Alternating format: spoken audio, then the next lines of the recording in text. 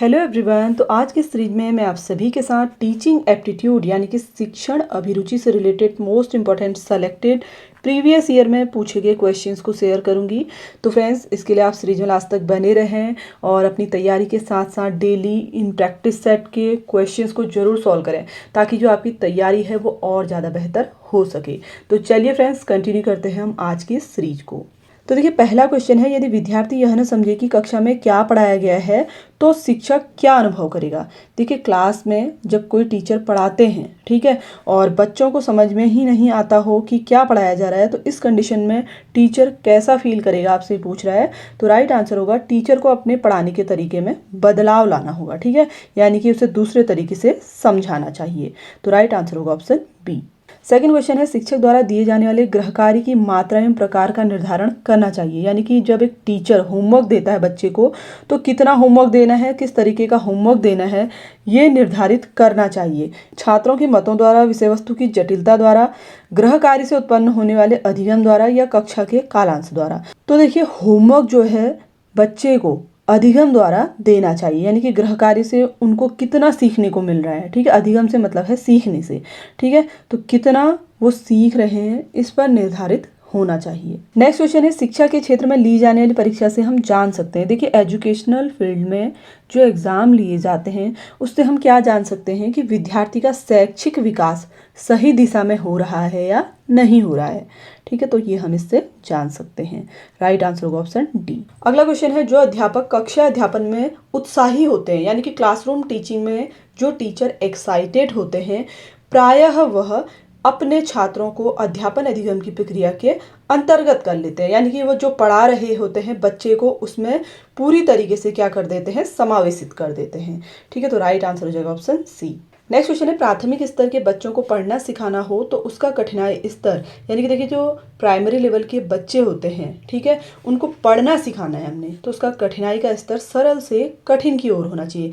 यानी कि स्टार्टिंग में आसान से शब्दों को पढ़ें, धीरे धीरे वो वाक्यों को पढ़ना सीखेंगे तो उनको पढ़ने में आसानी होगी, ठीक है, तो राइट आंसर हो जाएगा ऑप्शन सी, सरल से कठिन की ओर। अगला क्वेश्चन है, देखिए, सीखने सिखाने के दौरान किए गए आकलन से शिक्षक को, देखिए जब कुछ सिखाया जाता है उस दौरान जब असेसमेंट किया जाता है टीचर द्वारा, तो इससे क्या होता है, क्षमताओं और सीखने में कमी की पहचान करने में सहायता मिलती है। यानी कि बच्चा कितना सीख पा रहा है, उसमें कितनी क्षमताएं विकसित हो रही हैं, इसकी जानकारी मिलती है। नेक्स्ट क्वेश्चन है, व्यापक आकलन का अर्थ है। देखिए, व्यापक आकलन से अर्थ होता है कि बच्चे के सर्वांगीण प्रगति के बारे में जानकारी प्राप्त होती है। नेक्स्ट क्वेश्चन है, बाल केंद्रित शिक्षा का अर्थ है। देखिए, चाइल्ड सेंटर्ड एजुकेशन का मीनिंग आपसे पूछा जा रहा है, तो बच्चों के अनुभवों, उनके स्वरों, उनकी सक्रिय सहभागिता को प्राथमिकता देना। यानी कि जो बाल केंद्रित शिक्षा होती है इसमें मेनली बच्चे को ही सेंटर बना के एजुकेशन दी जाती है। नेक्स्ट क्वेश्चन है, बच्चों में पारस्परिक तुलना कभी नहीं करनी चाहिए क्योंकि पारस्परिक तुलना से बच्चों में,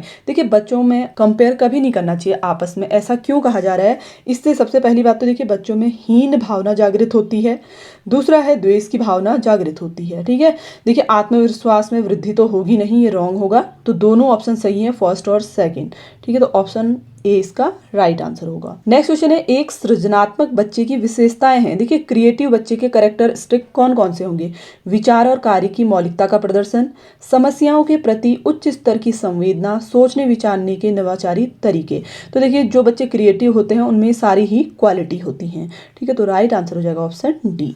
तो फ्रेंड्स, आई होप कि आपको सीरीज पसंद आ रही होगी। वीडियो अगर आपको हेल्पफुल लगे तो प्लीज वीडियो को लाइक शेयर जरूर करें। नेक्स्ट क्वेश्चन है, कक्षा में बच्चों की धारण दर बनाए रखने के लिए जरूरी है कि कक्षा में नियमित रूप से, यानी कि रेगुलर रूप से क्या किया जाए, बच्चों की रुचि के, इंटरेस्ट के अनुसार शिक्षण करना, यानी कि उनको पढ़ाना चाहिए। अगला क्वेश्चन दिया गया है, वही व्यक्ति अच्छा शिक्षक बन सकता है। देखिए, कैसा व्यक्ति एक अच्छा शिक्षक बन सकता है पूछा जा रहा है, जो क्या करे, शिक्षण में रुचि वाला हो और अपने सब्जेक्ट में पारंगत हो, यानी कि उसको अपने सब्जेक्ट की पूरी नॉलेज हो और इंटरेस्ट भी हो। अगला इंपॉर्टेंट क्वेश्चन है, कक्षा में जरूरी है कि शिक्षक, देखिए क्लासरूम में टीचर के लिए क्या जरूरी है कि कक्षा में बच्चों को प्रश्न करने के अवसर दें ताकि जो क्लासरूम है वो एक्टिव रहे। ठीक है, तो ऑप्शन बी इसका करेक्ट आंसर होगा। अगला इंपॉर्टेंट क्वेश्चन है, मौखिक प्रश्न पूछकर हम बच्चों की किन किन क्षमताओं को जान सकते हैं। देखिए, जब हम ओरली बच्चों से क्वेश्चन करते हैं क्लास में बीच बीच में, इससे आप उनकी किन क्षमताओं को जान सकते हैं पूछा जा रहा है। तो राइट आंसर होगा सुनने, दोहराने, उनके निर्देश को समझने, उसके अनुसार कार्य करने की क्षमता को जान सकते हैं। अगला क्वेश्चन है, देखिए, यदि आपको पता चलता है कि आपकी कक्षा में कोई बच्चा अल्प दृष्टि बाधित है तो निम्नलिखित में कौन सा तरीका सबसे अच्छा होगा।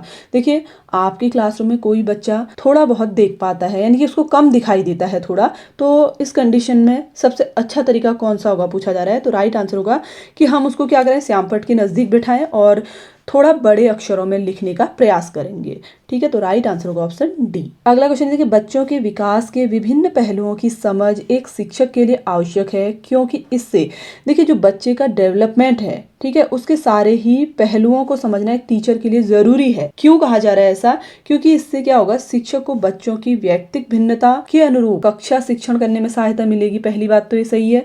दूसरा दिया गया है, शिक्षक को बच्चों को समझाने में सहायता मिलेगी। तो दोनों ही पॉइंट राइट है। ठीक है, तो राइट आंसर हो जाएगा ऑप्शन सी, ए और बी दोनों क्या है, करेक्ट है। इसके बाद देखिए फ्रेंड्स, क्वेश्चन है, निम्नलिखित में से एक स्व अभिप्रेरित बच्चे के लक्षण है। देखिए, सेल्फ मोटिवेटेड बच्चे के लक्षण कौन से होंगे आपसे पूछा जा रहा है। वो हर कार्य करने में उत्साहित रहता है, बिल्कुल सही है। सेकंड है, कार्य करते समय उच्च श्रेणी की ऊर्जा प्रदर्शित करता है, ये भी बिल्कुल राइट है।